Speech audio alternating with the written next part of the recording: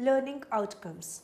After studying this module, you shall be able to know about the significance of blue-collar crimes, their instigating factors of blue-collar crimes, and the current trends of blue-collar crimes. Let us start with the introduction. Speculative endeavors to elucidate the contribution in illegitimate activities often have been directed by the presumption that since crime is an unexpected behavior, its sources must be tracked in aberrant factors and circumstances determining the behavior.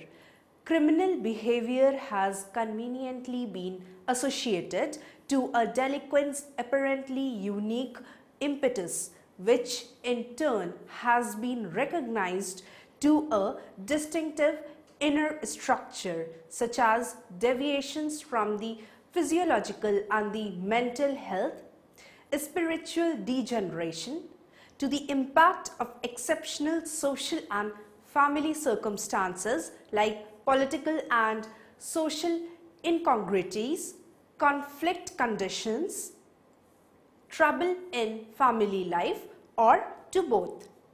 The offender could be from any class of society. It may be from the sophisticated class or maybe from the indigenous class also. Blue-collar crimes is a term used to define the crimes that are committed principally by people who are from a lower social class. This is in distinction to the white-collar crimes which we have studied in the earlier module, and that refers to the crime that is generally committed by people from a higher social class. The expression blue-collar was coined in the year 1920s to refer to the American workers who carry out physical labor jobs. These jobs were very untidy, so the workers would dress in dark outfit in order to minimize the appearance of stains. Many also dress in outfits or shirts that were usually blue, hence the term blue collar. Blue collar workers include the gatekeepers, construction workers, mill workers, and production employees. Most blue-collar workers are paid a low hourly remuneration, though the wage varies significantly depending upon the particular occupation and the worker's level of skill. In contrast, the white-collar crime workers generally have higher paying jobs that do not involve the manual labor. White-collar workers tend to work in office setting. Therefore, they are able to wear the white collars without fear of getting them dirty. White-collar workers include the accountants, business managers, lawyers, and doctors. Blue-collar crime is not a proper legal classification of the crime. It's a casual term that is used to describe certain types of crimes. Blue-collar crimes are those that are most commonly committed by people who are from a lower social class, such as the blue-collar workers. Blue-collar workers may not have access to the same resources as white-collar crime workers or the white-collar workers. So they tend to commit crimes that are immediate and personal in nature, such as robbery, rather than the crimes that involve elaborate planning. This is not to say that white-collar workers don't commit the blue-collar crimes. Rather, it's just that the people who commit the crimes have the majority of these crimes are from a lower social class. Next is about the general types of blue-collar crimes. First is crimes against person.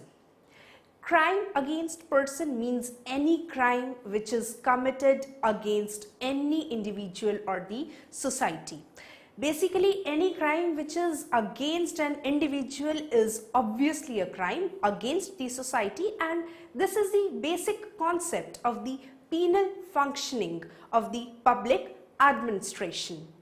Crimes against a person may involve violence or the intimidation of violence against others. Violence including homicide, robbery, rape, causing grave and conventional injuries and aggravated assaults, etc. Next is the crimes against property.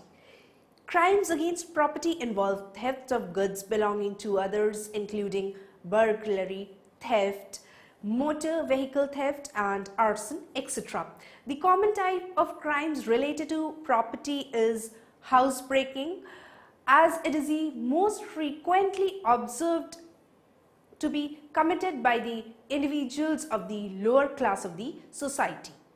Often it has been seen that persons working as the domestic helpers, rag pickers, hawkers, etc. are involved in the collusion of any such activity. Next are the victimless crimes. This category involves the violation of law in which there are no readily apparent crimes, a contradiction including the prostitution, gambling and drug abuse. It has been often observed that persons of lower class of society, due to lack of education and awareness, get indulged in drug trafficking in order to earn livelihood, which in turn becomes an unescapable habit for them. Similarly, girls may be victimized for the purpose of human trafficking and prostitution. This either may be due to their own necessity of money or may be due to any compelling element or factor. Next is the juvenile delinquency. The juvenile delinquency refers to criminal acts performed by juveniles. Most legal systems prescribe specific procedures for dealing with juveniles, such as the juvenile detention centers. There are a multitude of different theories on the causes of crime, and most if not all which can be applied to the cases of youth crime. Youth crime is an aspect of crime which receives great attention from the news media and politicians. Next, about the divergence from the white collar crimes. Blue collar is popular expression applied to the positions involving significant amount of manual labor. The term is typically applied to positions involving low skill levels and low wages, although not every blue collar position matches that description. As such, many people call the criminal activities involving significant amounts of manual labor that are committed by indigent defendants the blue collar crime. The characterization includes all violent crimes and a number of property crimes also, including but not limited to assault, robbery, burglary and murder. For the most part, the blue collar crimes is categorized by high risks and low rewards. Sentencing for blue collar crimes hinges upon the specific offense charged and what occurred during its commission. Many blue collar crimes involve confronting the victim directly. Crimes such as murder, aggravated assault and robbery necessarily require the offender to encounter the victim. Even crimes committed by defendants who are actively looking to avoid a confrontation with the victim, such as burglars, still entail a risk of confrontation. A burglary can easily turn into a robbery. As such, the penalties for the blue collar crime tend to be more severe than the other types of crimes. Sentences are longer, perpetrators are incarcerated in higher security institutions, and probation or parole can be more difficult to obtain. In contrast to the blue-collar crimes, the white-collar crimes are defined as the moral or the ethical violation that follows the ideals integral within the principles of what is known as the natural law. Natural law encompasses or the emphasis on the behaviors or the activities that are defined as wrong because they are infringing the ethical principles of a particular culture, the subculture or the group. The immoral nature of the activities is seen as the foundation for defining the certain types of white-collar crimes and the activities as criminal. Specifically, some experts have a preference to define the white-collar crimes as violation of criminal law. From this outline, the white-collar crimes are criminally illegal behaviors committed by the upper-class individuals during the course of their occupation. From a coordination standpoint, those functioning in the criminal justice system would likely define the white-collar crimes as criminally illegal behaviors.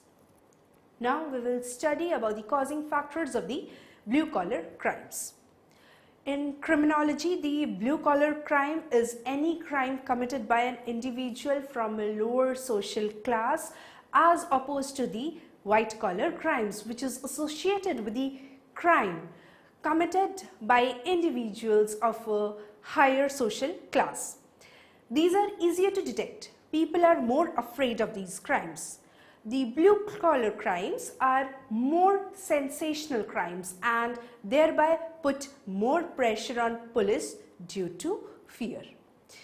The issue before the experts is to determine the causing factors of the blue-collar crimes, which is not easily understood.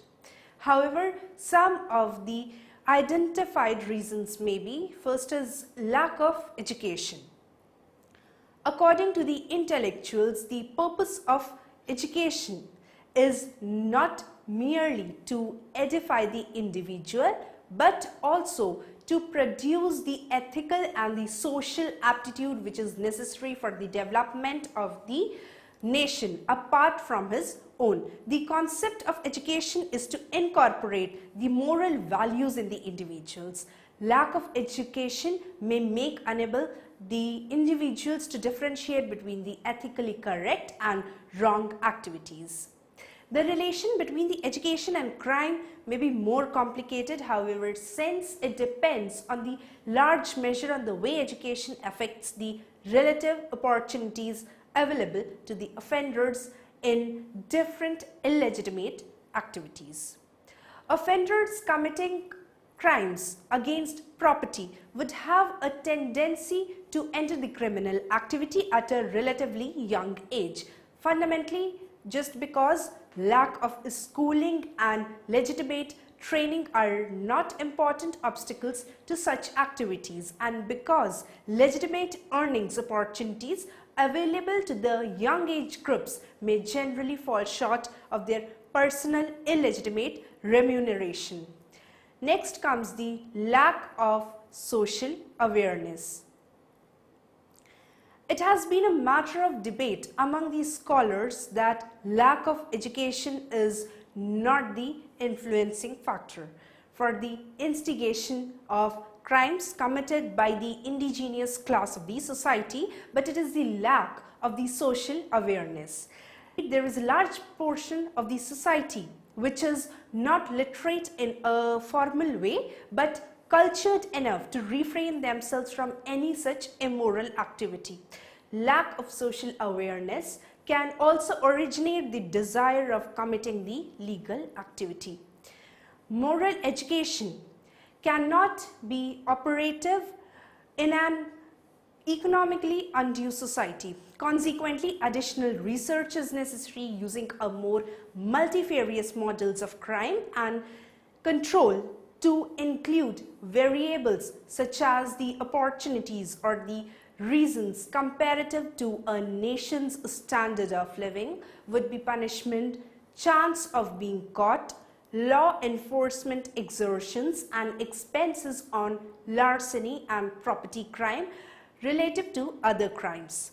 then bulk of the country's criminal population, education levels, and other socio-economic factors.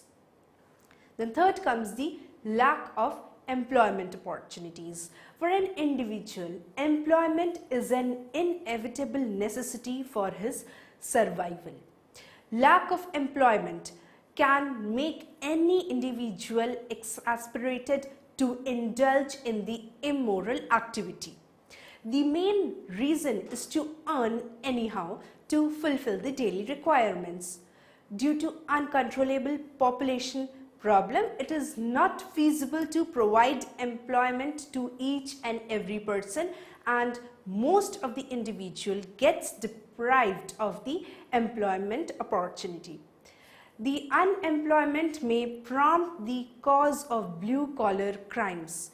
The connection between the unemployment and crime is unpredictable. Nevertheless, appropriately directed research on young males, particularly those from the underprivileged indigenous groups, which contemplates both the significance and extent of unemployment, has yet to be done.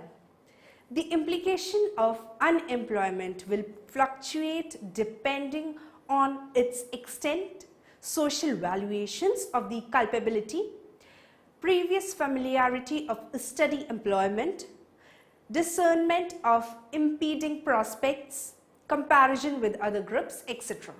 Therefore, there is likely to be a contributory correlation between the relative deficit and crime, predominantly where unemployment is supposed as unwarranted and despairing by comparison with the other groups. Then comes the lack of basic amenities.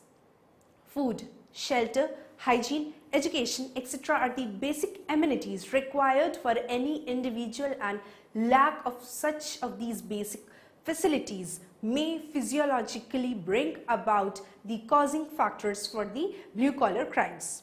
They may not be directly influencing factors, but the secondary factors are mostly responsible for the blue-collar crimes. It is vital for citizens to receive these services they need at the minimum cost to the individuals, and administration should be capable to handle the statistics quickly and proficiently, be it the monitoring project status or reaching out to the people.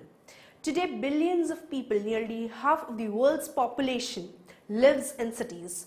According to a survey, 1/3 of them are slum dwellers. Moreover, 4 out of 10 inhabitants in the developing world are living in informal shelters. They experience manifold deprivations, not only houses unfit for habitation, but also lack of adequate food, education, health, and the basic services. Next comes the deprivation of the executive initiatives.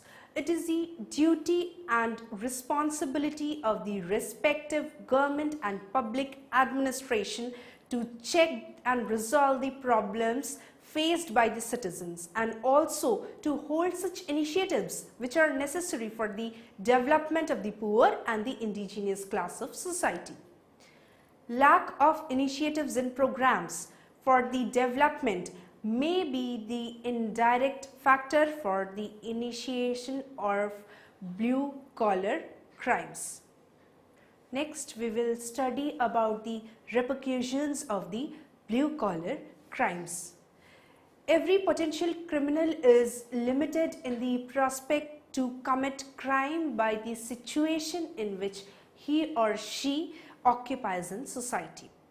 If the individual is employed in a low or unskilled job and lives in an inner city environment, pilfering inventory from the workplace may not produce value, and not many neighbors may have the valuable property to steal.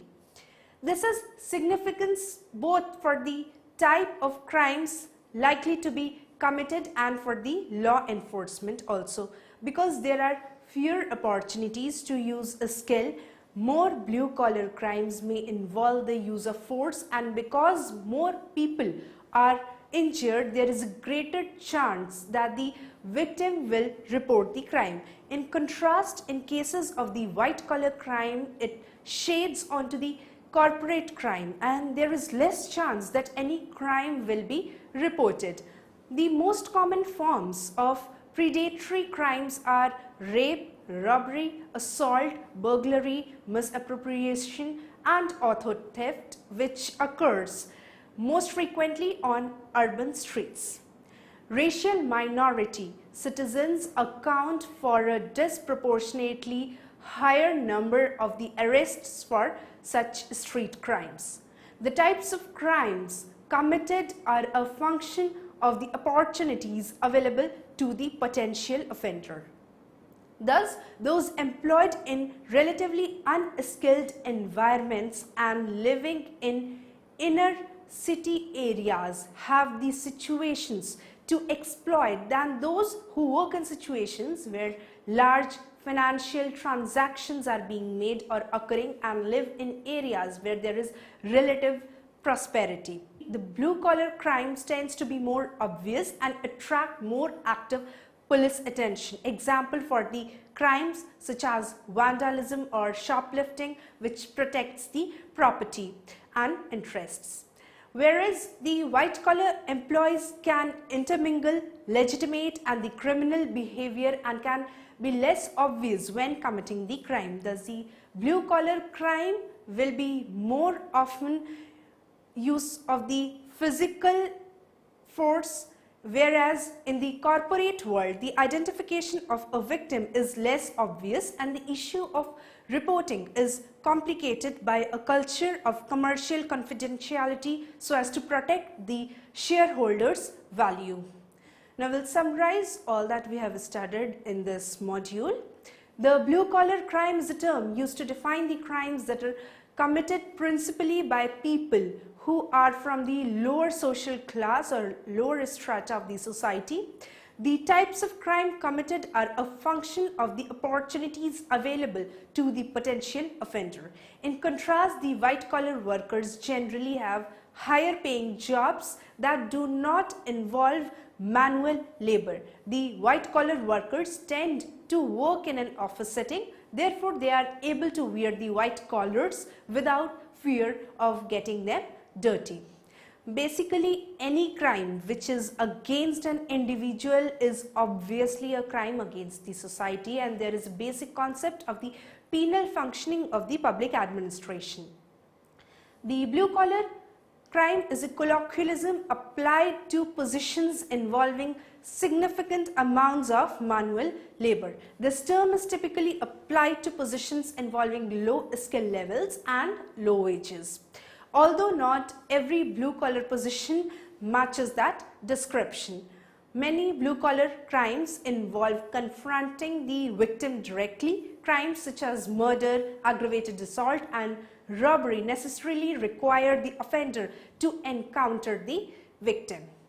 The blue-collar crime will more often use physical force, whereas in the corporate world, the identification of a victim is less obvious and the issue of reporting is complicated by a chance of commercial confidentiality so as to protect the shareholders' value.